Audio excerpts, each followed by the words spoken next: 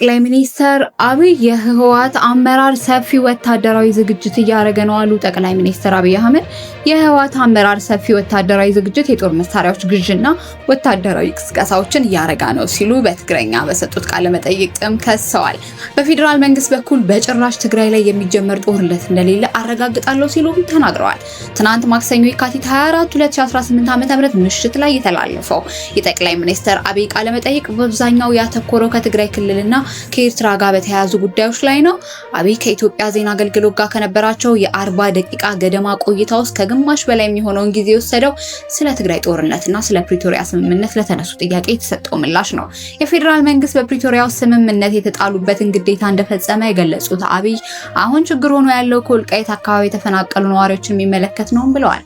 ይህ ደግሞ ግትር አቋም ባለው ቆሞ ቀሩ ኃይል ምክንያት አልተሳካም ሲሉ በህወሓት ውስጥ ያገኙት ይገኛል ያሉትን ቡድን ተጠያቂ አድርገዋል። ብዙ ጊዜ ተነጋግረናል። አሁንም እምነታችን ምን እንደሆነ ህዝባችን ያውቀዋል። ነገር ግን በቆሞ ቀሩ ግትር አቋም ምክንያት ያሰብነው ሊሳካ አልቻለም ሲሉም ተናግረዋል። በፕሪቶሪያ ስምምነት ውስጥ ትልቁ የቤት ስራ ብለው በሚወስዱት የወልቃይት ተፈናቀሉ ነዋሪዎችን ጉዳይ እንደሆነ ያነሱት አብይ ተፈናቃዮች የግድ ወደ ቦታቸው መመለስ አለባቸው ሲሉም ተደምጠዋል። የሁለት ዓመቱን ጦርነት ያስቆመው ፕሪቶሪያ ስምምነት በሙሉነት እንዳይፈጸም ምክንያት ከሆኑ አንዱ ህወሓት ህገ መንግስቱን ተቋማቱን ባለማክበር ወደ ጎን መተው እንደሆነም በማንሳት ወቅሰዋል። ብሔራዊ ምርጫ ቦርድን ህግ አልተቀበለም ሲሉም ላቀረቡት ክስ ማሳያ ጠቅሰዋል። ሁሉም ወገኖች ተግባራቸው ካከናወኑ አብዛኛው ችግር ይፈታል የሚል እምነት እንዳላቸው የገለጹት ጠቅላይ ሚኒስትሩ ነገር ግን የህወሓት አመራሮች ለጦርነት የተዘጋጁ ነው ሲሉም ከሰዋል። ቆሞ ቀሩ ቡድን በሰፊ ወታደራዊ ዝግጅት ላይ ይገኛል። በጣም የሚገርመው ደግሞ በግልጽ ጸረ ኢትዮጵያዊ ከሆኑ ኃይሎች ጋር መሰለፉ ነው ብለዋል። እንደ አብይ ገለጻ ቡድኑ ተስፋውም ወደ ውጭ ኃይሎች ያደረገው አባላቱ ህዝቡ ላይ የነበረው ተስፋ እንደተዳከመ መምጣቱ የትግራይ ህዝብ በተለይ ወጣቱ ታጣቂዎችን ጨምሮ እምቢ ለጦርነት ሲል እያየን ነው በማለት ተናግረዋል። ይሁን እንጂ ቡድኑ ባለቸው አቅም ወታደራዊ ቅስቀሳዎችን እያደረገ ነው ያሉት አብይ የትግራይ ወርቅና ሌሎች ማዕድናትን እየበዘበዘ ለጦር መሳሪያ ግዢ እየዋለ ነው ሲሉም ወንጅለዋል። አብይ ህወሓት የጦርነት ቅስቀሳውን እያከናወነ ያለው ከምርጫ ቦርድ ተሰረስኩ፣ ተፈናቃዮች ወደ ቀያቸው አልተመለሱም የሚል ምክንያት በመጥቀስ እንደሆነ ተናግረዋል። እነዚህ ችግሮችን ራሱ የፈጠራቸው ሲሉም ጠርተዋል። ጠቅላይ ሚኒስትር አብይ ይህን የህወሓት ቡድን ሰፊ ወታደራዊ ዝግጅት እያደረገ ነው የሚል ክስ ያቀረቡት በፌዴራል መንግስትና የትግራይ ኃይሎች መካከል የተፈጠረውን ውጥረት ወደ ለየለት ግጭት ይገባል የሚል ስጋት ባየለበት ወቅት ነው። ሁለቱ ኃይሎች ባለፈው ጥር ላይ ትግራይ ክልልን ከአማራና ከአፋር ክልሎች ጋር በሚያዋስኑ ስፍራዎች ግጭት ውስጥ ገብተው ነበር። ከትግራይ ጦርነት በኋላ በአማራ ክልል ስር እየተዳደሩ ያሉት አወዛጋቢ ስፍራዎች ከትግራይ ክልል ውጭ ሆነው ለህዝብ ተወካዮች ምክር ቤት ምርጫ እንዲካሄድ ባለፈው ሳምንት የተላለፈው የፌዴሬሽን ምክር ቤት ውሳኔ ደግሞ ውጥረቱ ይበልጥ እንዲካረር ምክንያት ሆኗል።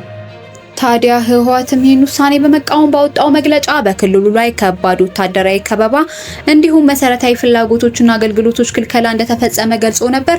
አብይ በትናንቱ ቃለ ምልልሳቸው ፌዴራል መንግስት ወደ ትግራይ በጀት እየላከ መሆኑን ቢጠቅሱም የክልሉ ጊዜያዊ አስተዳደር ከጥቅምት አንስቶ የድጎማ በጀት እንዲሁም የነዳጅ አቅርቦት መቋረጡን እየገለጸ ይገኛል።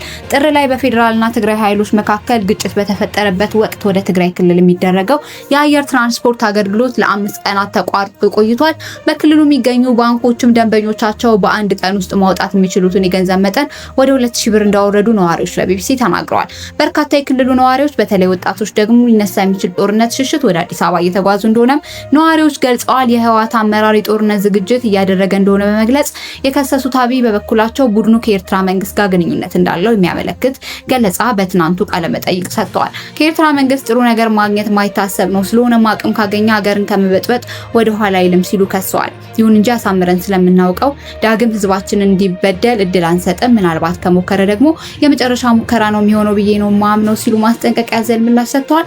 የኢትዮጵያ መንግስት በአስመራ ላይ ይህን አይነቱን ክስ በተደጋጋሚ ቢያቀርብም ኤርትራ ውንጀላውን ውድቅ አድርጋለች። በምላሹ የኢትዮጵያ መንግስት ሉዓላዊ ባህር በር ስም የጦርነት ትንኮሳ እየፈጸመ መሆኑን በማንሳት ክስ ታቀርባለች።